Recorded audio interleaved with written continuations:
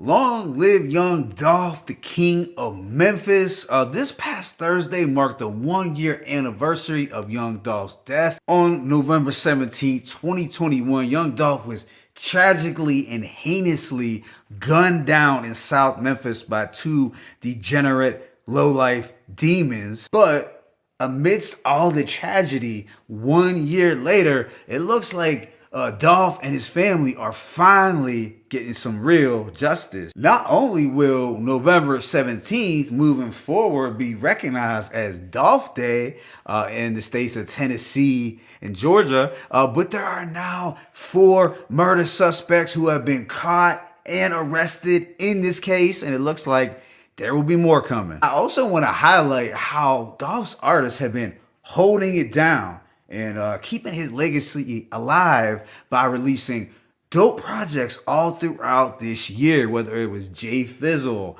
Big Moochie Great, Snoop Bands, and Paper Out Woo, all have dropped strong projects. So it has been good to see PRE as a label still going hard, staying 10 toes, and picking up the slack in Dolph's absence, and they always managed to stay with some fire production. But that brings us to the star of the label, the most known artist of the camp. That's Key Glock, and he has finally released some new music, a 5-track EP entitled PRE5L, or maybe that stands for Prevail. I'm not actually sure, but this was put out the same day of the 1 year anniversary of Dolph's death. The opening track, Jigsaw, is an icy take key banger that has a chilly Halloween feel. The video is also inspired by the Saw series, and there's a pretty scary looking little figure in it for sure, and you could probably get some nightmares if you stare at that little guy too long. I really dug Key Glock's flow on this as well. It's a menacing banger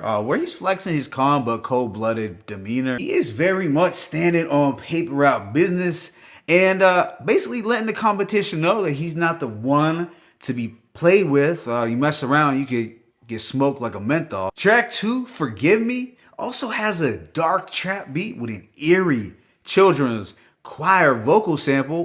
The beat from Hit Kid and Q Beats has a haunting Memphis feel, kind of like something inspired from 3 6 Mafia. Glock is talking a little spiritual, but in a blasphemous sort of way. He's also doing some clever boasting, like when he said, "Keep a big ass knot just like a cartoon.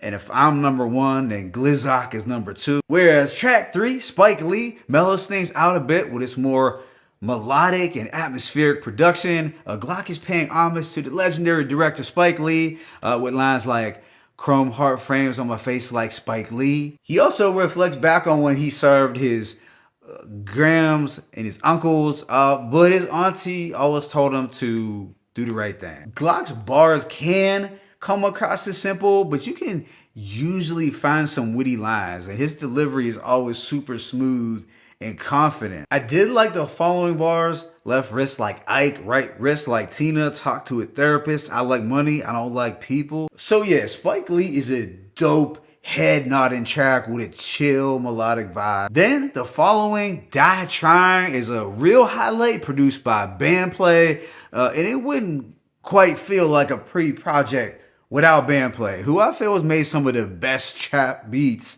of the last few years. Here, Bandplay cooked up a fire soul beat that slowed down on that chop and screw tip. It's ideal, smooth gangster music. Bandplay on a soul beat is really a cheat code, and I like how he slowed down the Eddie Kendricks Intimate Friend sample. Glock talks about his hunger for more. He is out to get it at all costs, whether it's pennies, nickels, and dimes. He's gonna get rich or die trying. Then this EP wraps up with Thummin', which is a celebratory get money anthem. I like this jazzy trap production from Johnny Turn It Up. There was something about the hook and this beat that did remind me a bit of a couple of Glock's older songs, Doe and Word on the Streets. That's kind of the vibe I was getting with this one. It is the only song where he mentions Dolph on this EP, and at the beginning he states Dolph always told him to run that shit up. At only 5 songs, I'm not gonna give this a mic rating, but this project definitely